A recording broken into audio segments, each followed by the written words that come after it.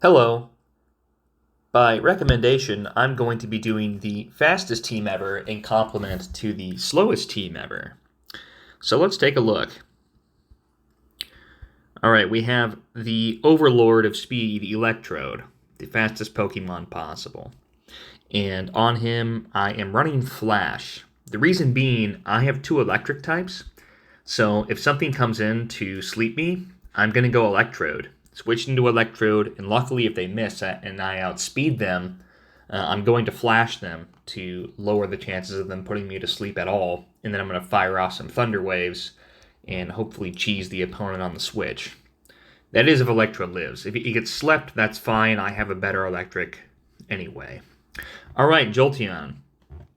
I went with Assault Jolteon instead of Thunder Wave Rest Jolteon because I already have Thunder Wave on Starmie and Alakazam. So I felt like I didn't really need it, and I felt like I'd get more value out of Assault Jolteon because this team is low mobility and, it's just low mobility. I don't really have a whole lot of options to switch around. So I have full coverage and I have agility to break out of paralysis on this Jolteon. Aerodactyl. I'm running Sky Attack on Aerodactyl. And believe it or not, it can get some good plays with it, especially if there's an Executor. If you get a crit on your Sky Attack, that's 140 stab critical on Aerodactyl's Sky Attack if you catch your opponent on the switch. So it does have some utility. And Fire Blast, mostly for Snorlax and Tauros, because I want to blunt their attack. I want to cut their attack if I get the chance. Dugtrio, Body Slam, Earthquake, Rock Slide, all self-explanatory, and then Slash to deal with the prevalence of Reflects if I need it. So, like, if there's a Slowbro or Snorlax or, something that has Reflect, I can load up a Slash and get it. Alright, this is a unique Alakazam. I'm leading Alakazam, but I have Rest instead of Recover, and that's because I want a chance to clear my paralysis because I have a high chance of getting paralyzed on the first turn, and I have Reflect to complement that, so go away. I want to tank up and put in a Rest and reuse my Alakazam later, and of course Thunder Wave. I hate it. I have Trick Starmie here. Maybe I'll just go back, yeah. I have Trick Starmie. So I don't have Recover on the Starmie, and if you watch my meta-analysis video, you know what Trick Starmie is. It has full coverage and no Recover, so it tricks the opponent into thinking you might use Recover, and then you don't, and then you just use another attack. And also I'm using Trick Starmie because I don't think I'm going to have a lot of opportunity to heal either.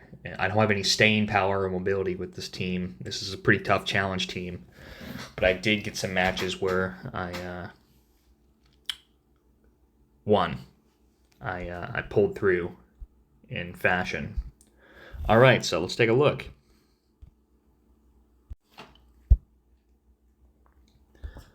All right, Zam, Gengar. I'm going to go straight for the Psychic because I want that crit. Maybe I can kill it instantly. He misses. Always a bad matchup. If you run Gengar lead and then you open on a Zam, switch it out. I don't care because the amount of times when I started playing early on, I ran Gengar because he's the fastest sleeper, and it's like, oh, dude, I want my sleep right away. I want it right away. And I wouldn't care if it was a Zam, but I got so tired of getting critical or missing my Hypnosis and that Gengar being freaking beat the rest of the game. Or dead, even, with the critical Psychic. So, switch it out. Never worth it. He goes, Chansey. What am I going to do? Yeah, I have no problem Thunder Waving the Chansey because I don't have Sleep or Freeze at all. So I'm going to spread that paralysis as good as I can to give my other Pokemon more chances to hit. We're just going to get stuck forever really quick. All right, so we're going to stay in. I'm just going to harass this Chansey to make him switch just to see what else he has, and that way I can formulate a plan to punch a hole in his team somehow with what I have. Yep, I'm going to keep going, don't care. I think I'm going to do it one more time, or am I going to... Yeah, no. I'm trying to get a drop so I can get him to switch. There's the Rest. He's probably like, what? What the hell? This dude running Rest. He's going to go Snorlax. I'm going to stay in with my Reflect.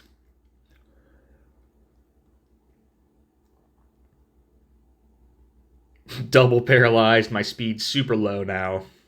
Outsped by everything.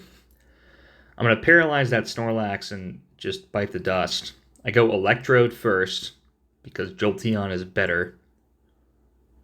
Gengar, why did you... Explosion. Explosion, right. And I read it. Yes, baby. I don't think it does a whole lot of damage, though. Yeah, so he was reading the Explosion on Electrode, maybe because he thought I was dumb. So I was just going to muscle through with Thunderbolt. I was crit fishing with Thunderbolt. You may have noticed this team's name is Crit Factory for good reason, because of the fastest Pokemon. So I want to explode on this. I get some pretty weenie damage, though. I'm going to go the Assault Jolteon for the Pin Missile. I get slept. Why was I okay with Jolteon being slept there? I don't know. Maybe I just thought he was the one I needed the least at the moment. Oh yeah, well, Pin Missile too, because I could have potentially criticaled him with Pin Missile and gotten him out of the picture and not been slept at all. So I guess that was a good move. All right, he's gonna special drop my Aerodactyl. He's gonna special drop my Starmie and put him back in. Oh yes, yes, yes, yes! Let's go, Crit Factory! Exploding on the rock and then getting the crit Hyper Beam. Alright, put Starmie in to deal with this. Yes! Let's go! With the Cloyster. Insta-kill it. I see a Thunder Wave coming, so I go Dugtrio. And I want to finish off this Chansey. He's going to start eating eggs.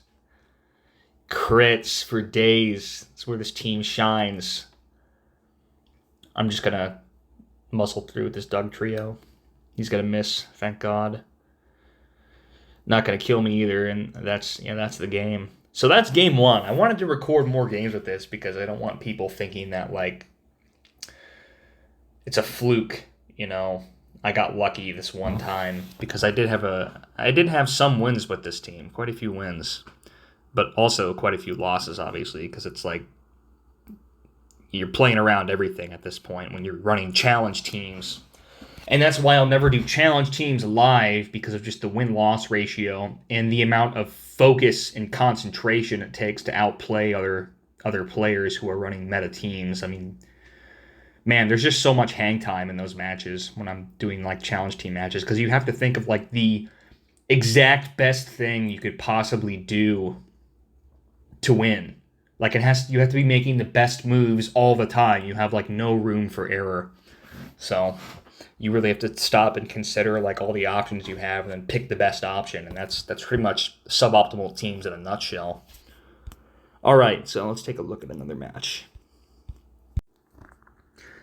And again, if you want to become a better player, I would recommend running suboptimal teams in some regard, because it forces you to become good at the fundamentals and make you not so reliant on the strong Pokemon you're always using and the kind of comfortability you get from having good defensive matchups and healing against everything. Because you can get too comfortable and you can easily get beaten by players like me who see a small hole in your defense. And that matters in a turn-based game. It's because Pokemon fundamentally is a turn-based game, right?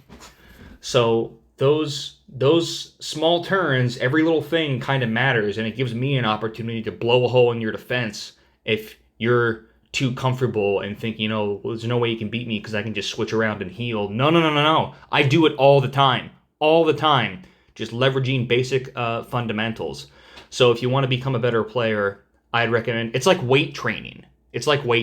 Right? You're doing the same exercises, but you're doing it with a multiplier on. You're doing it with weights. So by running more difficult teams, you're making yourself into a better player, because when you start running normal teams or meta teams, it's like taking those training weights off and you're way, way better. It's incredible. Anyway, let's take a look at the second match with the fastest team imaginable. All right, I'm going to do my Electrode strategy, and unfortunately he gets slept, but no problem. I have a Jolteon. All right. Thunder Wave. Oh, we're going fast, aren't we? I'm going to do the rest immediately. Yeah, Tauros. I'm faster. Thunderwave? Yeah, but he's going to do Chansey. That's fine. I don't want Sleeper Freeze anyway. Reflect. I see this swap coming. He's going to start shuffling Jinx and Chansey. And I'm trying to strategize on what I can do to punch a hole in this.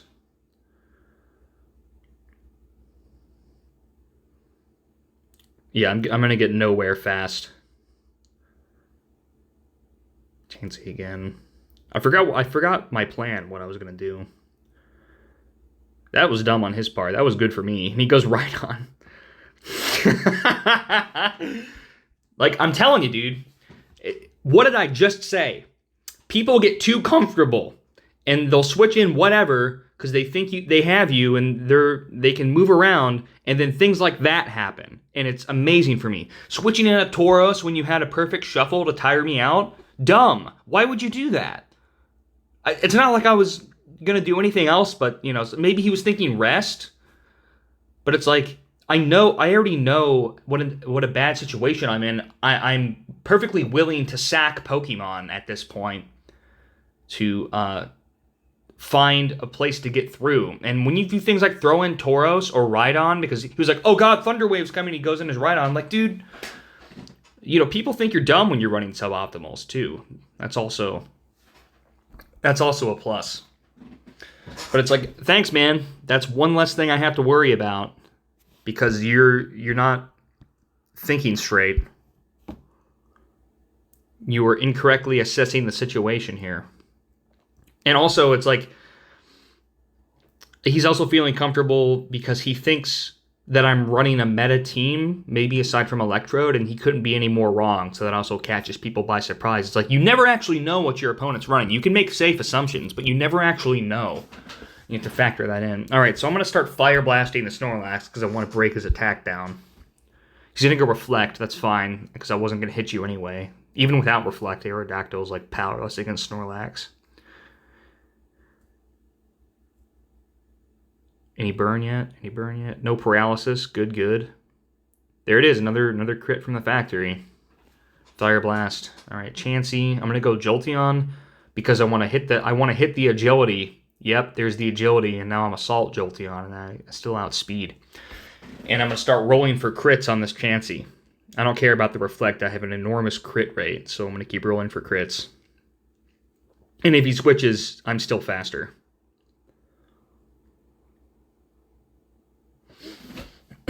Nope, I don't get it. I forget how long this keeps up for. I might just start skipping through it. And he stays in, completely neglecting the fact that I have a titanic crit rate. There is one. Very good. Alright, that's a good place to be for me, because I'm going to throw in Doug Trio and slash him. Slash right through it. Boom. Tauros, I'm faster. I'm just going to stay in. I have a good crit rate on everything. He gets the one shot without the crit, which is good. Double Edge. He went Jinx for some reason. I don't know why. He's sacking the Jinx. Starmie. I'm going to sack my Electrode because I wanted to put Tauros back in. I wake up, though, which is amazing. Get the free Thunder Wave. I'm going to start going to work with Thunderbolt. It's pretty much GG from here.